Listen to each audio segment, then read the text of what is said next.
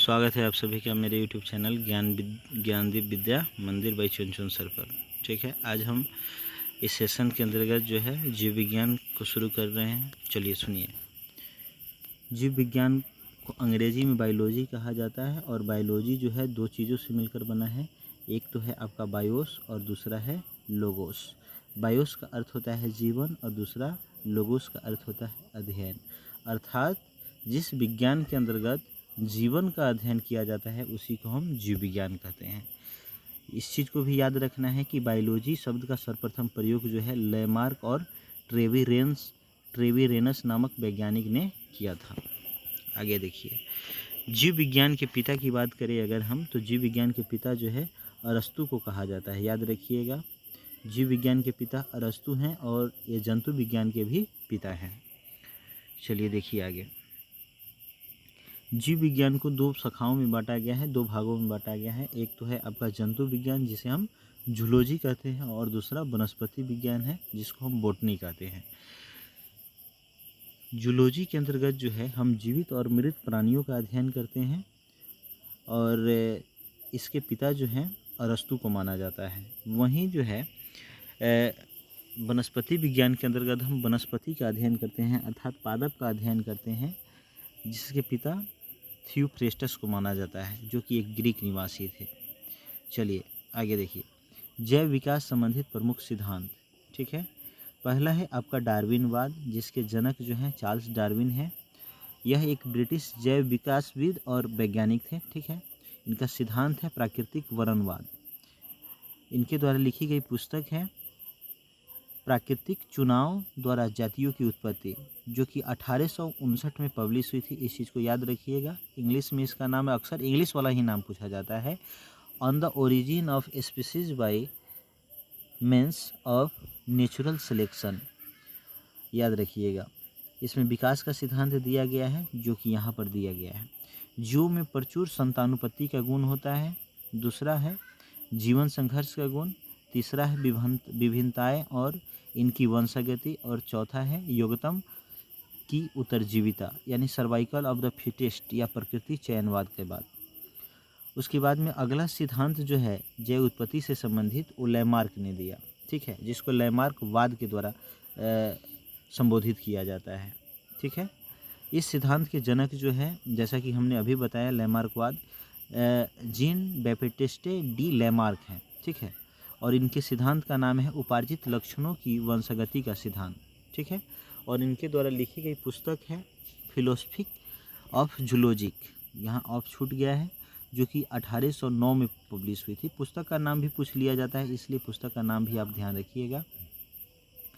आधुनिक मनुष्य का पूर्वज जो है क्रोमैग्नन मनुष्य को माना जाता है। ठीक है ना, आधुनिक मनुष्य का पूर्वज किसे माना जाता है? क्रोमैग्नन मनुष्य को माना जाता है जो कि बीपीएससी 1994 के एग्ज़ाम में पूछा गया है। ठीक है, इस चीज़ को ध्यान रखिएगा। जैसे उदाहरण में बताया गया है जिराफ की गर्दन का लंबा होना, सांप के पैर का गायब होना। ठीक है, यह अर्थात जैव विकास पर पहला तर्कसंगत सिद्धांत लेमार्क ने ही दिया था। ठीक है, इस चीज़ को भी पूछा गया है बीपीएससी 1999 में। चाहे ऐसे क्वेश्चन फ्रेम कर दिया जा सकता है कि जैव विकास पर पहला जो तर्कसंगत सिद्धांत जो है किस वैज्ञानिक ने दिया था या किसने दिया था, तो लेमार्क ने दिया था।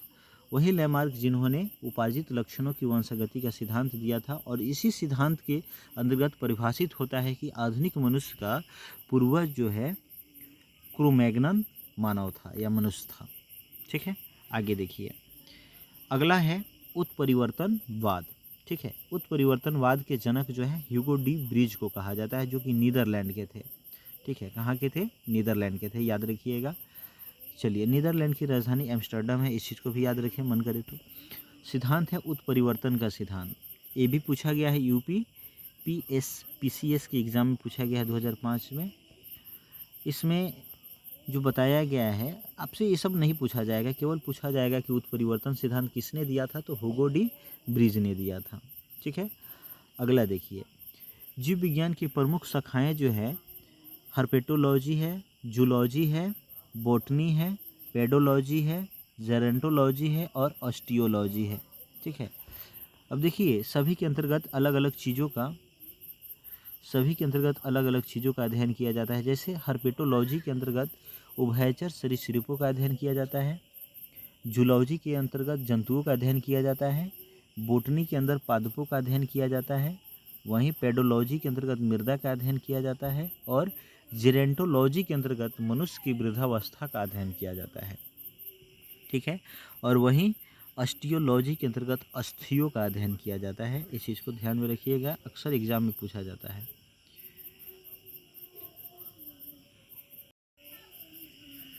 पक्षियों का अध्ययन जो है ऑर्निथोलॉजी कहलाता है। वंशगति का अध्ययन जेनेटिक्स कहा जाता है। पर्यावरण का अध्ययन इकोलॉजी कहा जाता है। और जीवाश्म का अध्ययन पैलियोबायोलॉजी कहा जाता है। इस चीज़ को याद रखिएगा।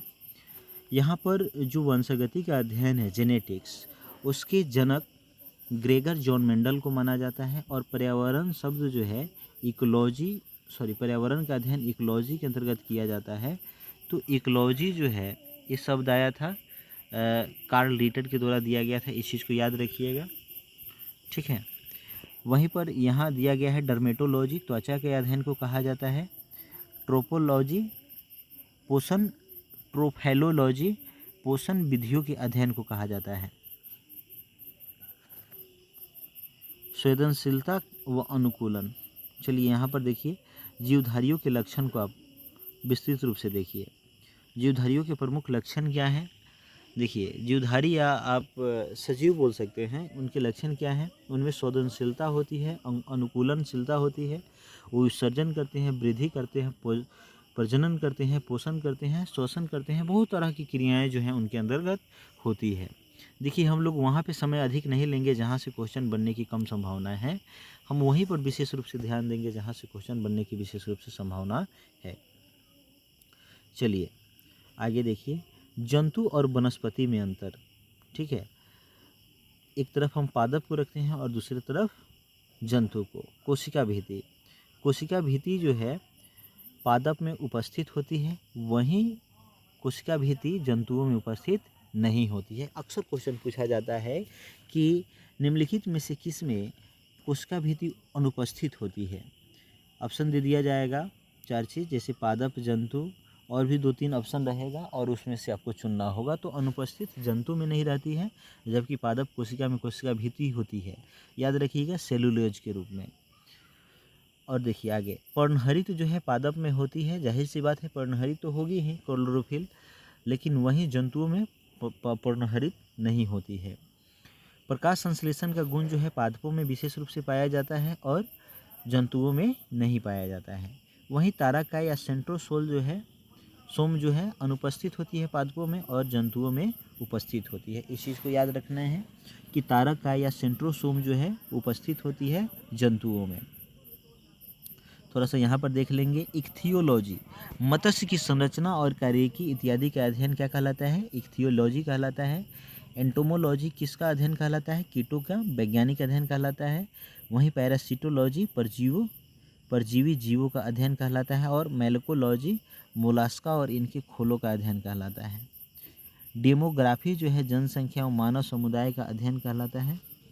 पैलियोबोटनी पादप जीवाश्म का अध्ययन पैलियोबोटनी कहलाता है। वहीं शब्दकोश का संकलन जो है लेक्सिकोग्राफी कहलाता है। वर्मी कल्चर केचुआ पालन के अध्ययन को कहते हैं। सेरोलॉजी रुधिर सीरम का वैज्ञानिक अध्ययन कहलाता है। और ओरोलॉजी पर्वतों का अध्ययन कहलाता है। ठीक है, आगे चलिए देखिए, अनुमानतः 4.6 अरब वर्ष पूर्व पृथ्वी का फॉर्मेशन हुआ, पृथ्वी बनी।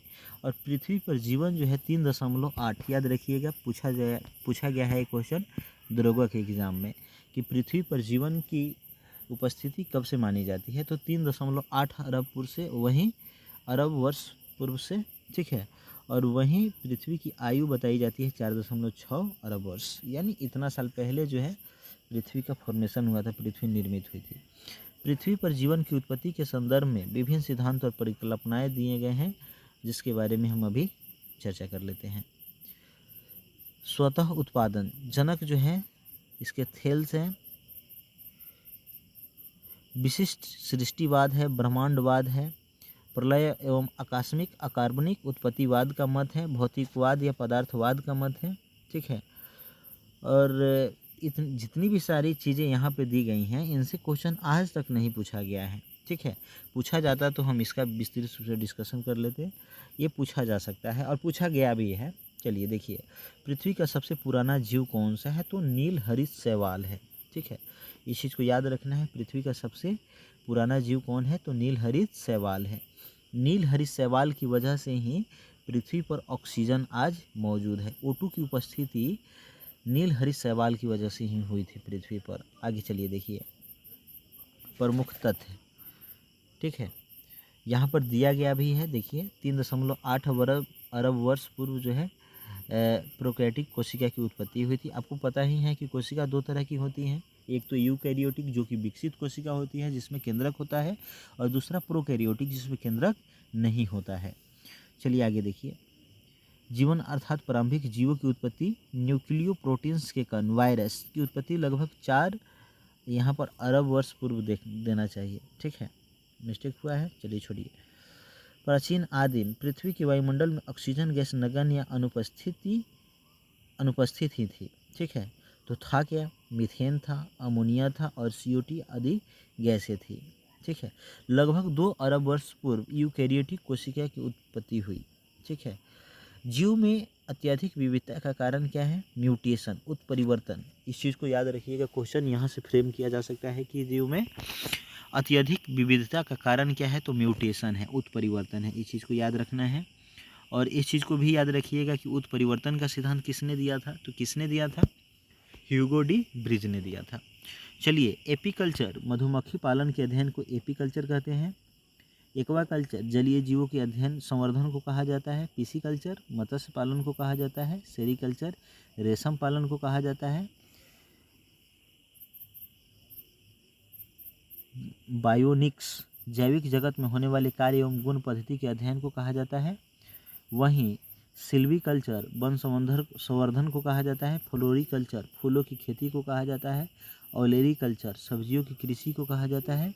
हॉर्टिकल्चर, फूलों, फलों, सब्जियों, मसालों की कृषि के लिए कहा जाता है।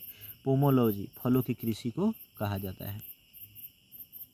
विटीकल्चर, अंगूर की खेती को कहा जाता है। मोरिकल्चर, शहतूत की खेती को कहा जाता है। हाइड्रोपोनिक्स, मृदा विहीन पादप संवर्धन को बोला जाता है, या एरोपोनिक्स या एरोकल्चर कहा जाता है। इस चीज़ को याद रखिएगा। इस पद्धति के जरिए जो खेती की जाती है उसमें मिट्टी की आवश्यकता नहीं होती है। चलिए, यहाँ एक छोटे से बॉक्स में दिया गया है आर्कियोपटेरिक्स, जो है सरीसृप व पक्षी के बीच की कड़ी को कहा जाता है। BPSC 1995 के एग्जाम में पूछा गया है। इस चीज़ को याद रखिएगा कि आर्कियोपटेरिक्स जो है सरीसृप एवं पक्षी के बीच की कड़ी को कहा जाता है। ठीक है, और एक और चीज़ याद रखिएगा कि पादप और जंतु के बीच की कड़ी जो है यूग्लिना को माना जाता है, और वहीं सरीसृप और पक्षी के बीच की कड़ी आपसे पूछा जाएगा तो आर्कियोपटेरिक्स बोलिएगा। हाथी का पूर्वज मैमथ है, जो कि उससे कहीं ज़्यादा विशालकाय था। जीवों का विकास, सैलामेंडर, अजगर और कंगारू। देखिए, जीवों का विकास का क्रम यहाँ पर दिया गया है कि सबसे पहले सैलामेंडर बना, उसके बाद अजगर बना जिसको हम पाइथन के नाम से जानते हैं, और उसके बाद में कंगारू बना। याद रखिएगा, कंगारुओं का देश हम ऑस्ट्रेलिया को कहते हैं। चलिए, अब देखिए अगला जो है चैप्टर शुरू हो रहा है टेक्सोनॉमी। तो टेक्सोनॉमी जो है हम अगले समझिए कि क्लास में करेंगे। फिलहाल के लिए धन्यवाद।